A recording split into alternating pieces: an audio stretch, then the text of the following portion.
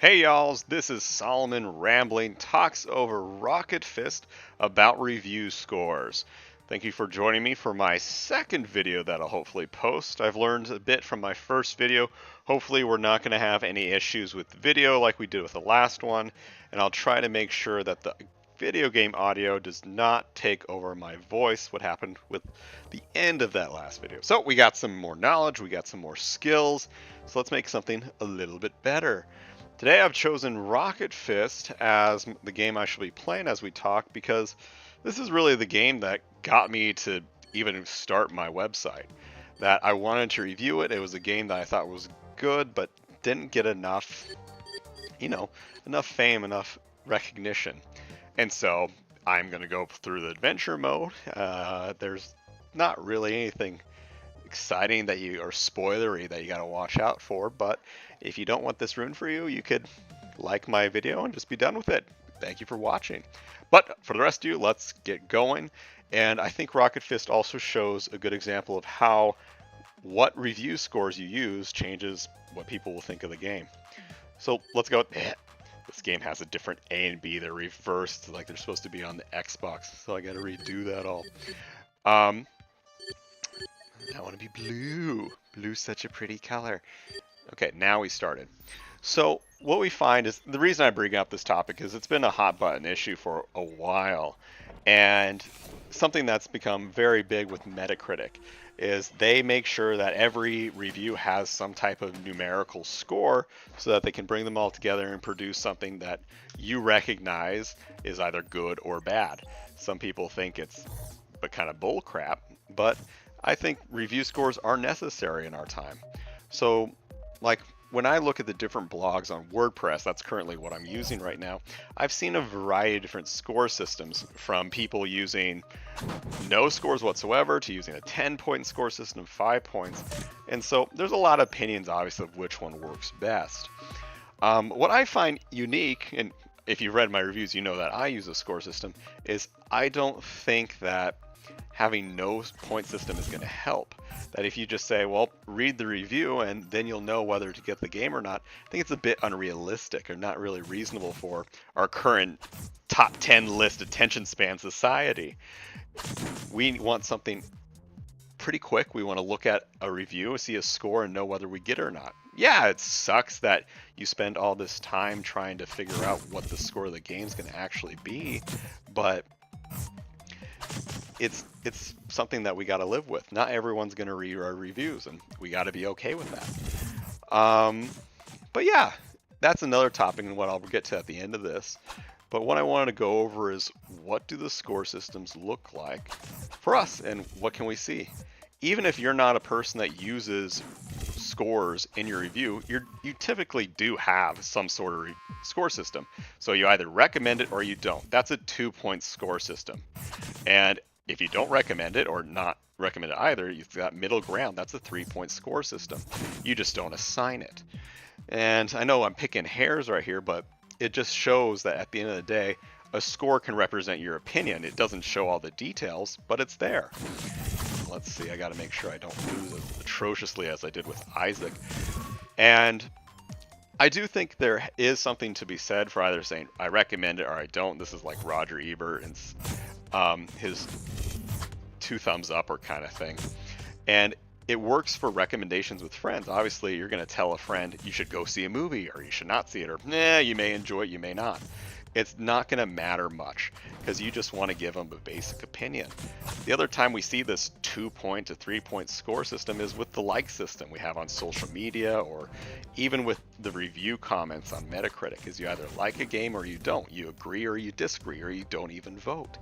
And based on the popularity of a post or a game, it's going to have more likes, dislikes, what have you, and it's going to create a score right there. And we'll see how many times I die to this game. We're on our second, people. Let's get it. We got 3 more lives. We can still do this.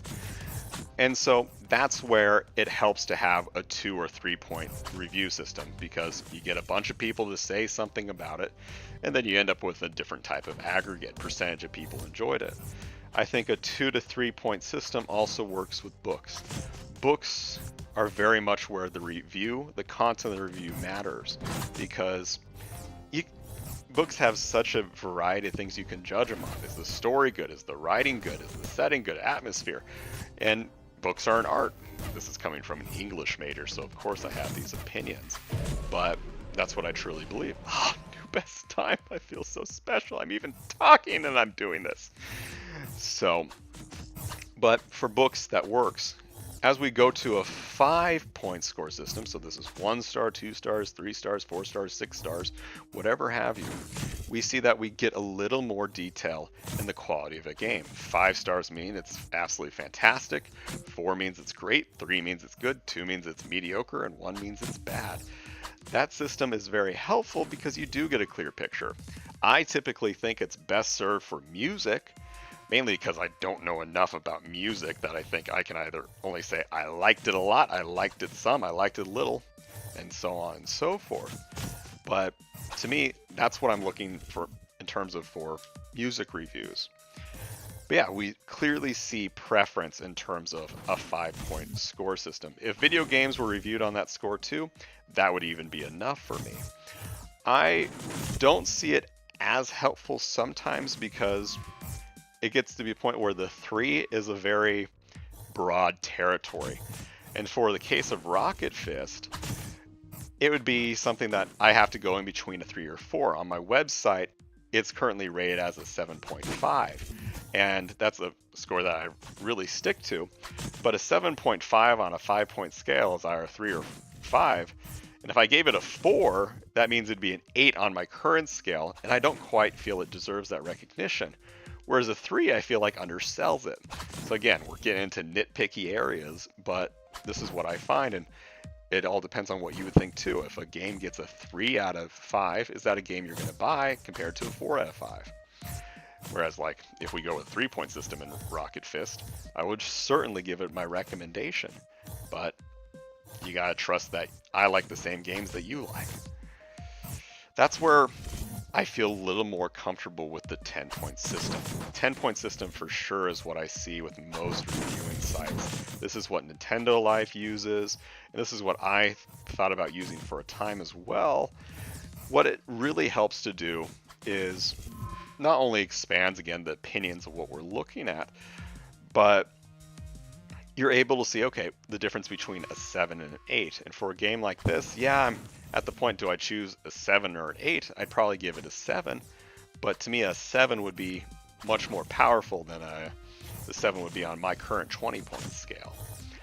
I really think the 10-point scale is handy for movies because you can show how interested a person is. When you go see a movie, you're looking for entertainment. Sometimes you're not looking for depth or meaning. And a 10-point scale, I think, captures that pretty easily. And at the end of the day, with a movie, you spend $10 if you see it in a movie theater. And if it's bad, okay, you wasted 2 hours of your life. With a video game that could be 60 hours and you want it to last for $60 and it lasts for 20 hours, then yeah, you want to be darn sure that the game you're getting is one that's worthwhile. And the 10-point system can cover that. It's just, I don't think it's as precise as we may want it to be. One of the other things we see with beginning with a 10-point scale is we start dividing out the crappy games. Like, I don't think it really matters if you buy a 3 or a 4 game. You're going to have a cutoff. You're not going to care about a game getting a 4-star rating or 3-star out of 10. You're not going to want it. You're not going to buy it. You see that score, you may look at the article to laugh at how bad the game is, but to you it doesn't matter. Me personally, it's kind of thing that on Metacritic, if a game doesn't get over 70, I won't even care about what it has to do with the game. To me, that's enough for just to turn it off. And again, you can argue that's a bad mentality. You should look at the game's review to see if that's truly what you want. But with so many games out on the Switch currently, I really don't care about each and every game. I only have so many hours to play, so many hours to record and write and everything, that I'm going to choose the best of the best, and that's about it. So it's not the ideal, and there's a point to have for breaking up the crappy games. Like a 4 or 5 is not going to matter to people who don't play, but maybe to a developer who's going to use those reviews as feedback, that can be really helpful. And for reviewers themselves, you do want those options in terms of lower scores because it doesn't make a difference. With reviewers, at least in the professional setting, you got to play some crappy games that you don't want to even touch. And playing a 5 game can be a breath of fresh air because that means you're at least enjoying yourself some of the time. And a 4 or 3 just means more pain. And again, a 6 too. A 6 is like, oh, awesome. You get a different experience. For any of those people that like on online communities where people share their created content, this is like Newgrounds or any literary format where you review other people's stories, you really do treasure those mediocre, average productions because they're not awful, they're boring, but at least you're not feeling like your soul's being sucked out of your body. So that's why it's worthwhile to organize your shit in different categories. Moving on to the 20-point system, this is what I use. It's technically a 19 since I don't have a 0 score or a 0.5, but I do think this is most helpful because it does work for Rocket League or Rocket Fist. I keep saying Rocket League, and I probably said it many other times. Please, you can, if anyone wants to make this a drinking game, just be careful with your health and whatnot. But yes, it captures to me the quality of Rocket Fist. Rocket Fist is very much a 7.5 game, and for me personally, 7.5 is like my cutoff of whether I regretted getting a game or not. Anything than that worth.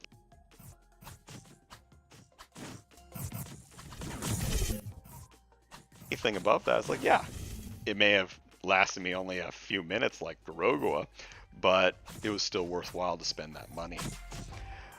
What I do feel like, again, it's good for video games and it categorizes good games. That right now you have the 10, which is our perfect game, what have you. A 9.5 can be recognized as something that's near perfection, but not quite there. Whereas 9, it has its flaws, but it's still a fantastic game that most people should play. I go over this in greater detail in my own explanation for my review score, so I won't rehash that. But with the 20-point scale, you have a system that your simple number shows the quality of a game.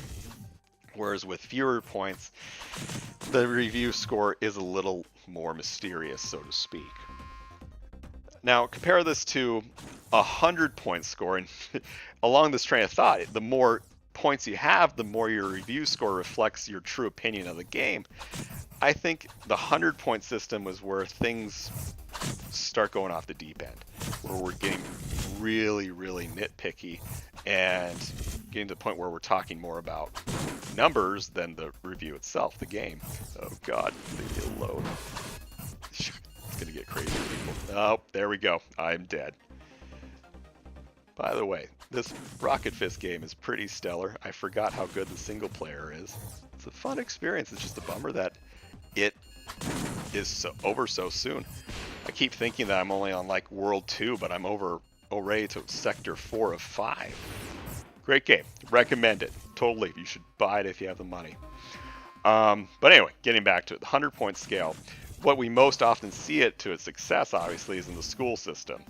And everyone has their opinion about grades in the school system as well, making it a focus on points rather than on actual learning, yada, yada, yada. But to me, I see the 100-point scale as a system that allows for bigger mess-ups or mistakes. It's like, you turn in your paper, this is any old essay you write when you're in high school, middle school, college, and if you're like me or most other people, you save the essay for the last possible second, and so the work you're producing isn't exactly great. So your teacher can dock off a few points, and you can get an 83 out of 100, which is different from an 80, especially if you're going to compare it to all the other assignments you may get over the school year. And so yeah, every point matters because it determines your grade. With video games, I don't find it that dire because, yeah, what's the difference between an 83 and an 85? It's it's not much. You're either going to enjoy the game or you're not if it's in the 80s. People, again, can argue that with the 20-point system, but none of you are here to actively argue with me, so I'm just going to assume I am right, and you guys do agree with me. The other place where we do see this 100-point scale, of course, is Metacritic. Metacritic isn't it? Okay, it's only one game over, people. We still got this. It's a very forgiving game anyway. As you can see, I wasn't pushed far back, just a level. But with Metacritic being a aggregate site, you have to delve into that 100-point scale because you're gonna get some wacky numbers. What's a little more iffy with them is they give different weights based on which website it is. But again, a different topic for another time, and it's probably talked about by people that know a little more than I do. But Metacritic to me is still an asset that you do see a game. Okay, what's the difference now? Let's go back to the example I gave between an 85 and an 83. Both games at the end of the day are good, but I'm going to compare the 85 and the 83, and most likely I'm going to go for that 85 game. Those little points do matter. And at the end of the day, if I feel a review score is strange, then yeah, I'll look at each individual review to determine what each person was thinking. But I do get a good number that allows me to compare to other games. So yeah, a bunch of different games have an 81, 82, 83, what have you. But we can see the subtle differences between them. Even if I may not find the differences, I understand that this was the range of opinions based on other reviewers. So again, I do think it has its place. I think if you're going to do that in your own reviews, it gets into sticky situations. Most people don't actually review it with 100 points. You see it with the decimal values. So you see a 9.6, a 9.7. And if you're a Pitchfork fan, they're music people, they have the infamous 7.9s, that a game is really good, but not good enough to say that it's outright great. And there's been many times where I've wanted to give a game a 7.9 to show that it's on the cusp of being great, and Rocket Fist will be one of them. It deserves a 7.9 in my opinion, but at the end of the day, if I give this a 7.5, I open myself up to giving the 7.4s, the 7.3s, and now I'm docking off tenths of points for minor details. The only other case where I found that was relevant was with Super Mario Galaxy back on the Wii. This was a game I thought was near perfect, but there was 3 minor things that bothered me. And those were the 0.3 points I'd take off and give it a 9.7. I don't remember them now. I think the main one was that they have those stages that have the weird tint that hurt my eyes. So again, very, very, very specific. So that's 100-point scale. After that, you get into the whole 1,000-point scale, and that's not really useful for video games at all, just because it doesn't say anything. However, in terms of romantic relationships and friendships, it's a great system to judge your friends and partners. That you can take off slight percentage points, and based on that, you choose to marry them or ditch them or never talk to them again. Highly recommended. You should take some time to analyze who you're with and determine whether you actually want to be with them. And anybody that doesn't make the 71.2% cutoff, just ditch. They're not part of your life anymore. It's a very good system. But yeah, that's apart from that. Let's see. I'm on fire. It's up. Okay, that was fair. That was my fault. So, okay, we're in a transition. I'm trying to get my thoughts. This is not my fault. Get the hell away from me. Don't touch me. I don't like you. You're not a friend. Go. The boss battles in this game are actually pretty darn solid. I didn't expect them to be anything special. I wish that you could have played co-op through this single-player experience, but the developer had promised extra stages way back when this first came out, but we haven't seen anything since, so not holding my breath to see amazing changes at this point. Woo! I got it. Okay, back to the topic at hand. At the end of the day, yes, a review score does not take place of an actual opinion. But at the end of the day, when you look at it, it's an arbitrary score for an arbitrary opinion. Nothing that we write is objective in any way, and the scores aren't that way either. And with our current system, we do have these numbers, not only so that we can compare reviews and allow people to more easily digest information, but on the other part, a lot of people just don't care. They don't want to read. They are looking up reviews so they can play a game, not to be entertained by what you're writing. It is good to inform the audience of what they could be against, and that's the point of a review. But I'm not going to spend all my time reading 5 different reviews for a game like, let's say, Rocket Fist, when all I want to know is the multiplayer fun, and does it get boring? And that can be captured by a review score. Personally, for me, when I'm reading my reviews to determine what my purchases are, I use Nintendo Life. Nintendo Life is notorious for giving weird and wacky reviews, especially overly positive ones. And so I've learned over time not to trust their opinion too much, especially when it comes to indie darlings. But still, their number shows whether I should be interested in it. And from there, I hop on to Metacritic to see what other reviewers will say. And if I really like the game's concept, then sure, I'll read a few reviews, but that's not my goal.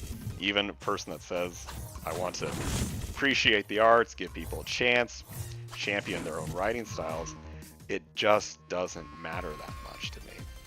And I think what we will find for any of you who are reviewers yourself and you're reviewing on your blog or anything like that, is that people are going to look at your score. If they're interested by the game and interested by the score you gave, they're going to look at your conclusion, which should summarize all the points you talked about. And if you have a good summary and they're still interested, yeah, then they'll read the rest of your article. It's a backwards process, but they're still getting whatever content they need. Now, again, that's not going to be ideal for everybody, but that's something that I think is just a given for our type of attention span these days. Now, see, I'm so close to finishing the game that I just want to keep on talking. At this point, I'll probably review these scores again. Not the scores, but keep discussing this game just to give it a little more limelight. Because any way that I could make Rocket Fist be out there more would be awesome.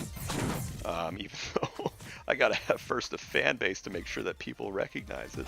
But I guess the last point what I want to say is, yeah, review scores have a huge component to it. The other part is the quality of the review.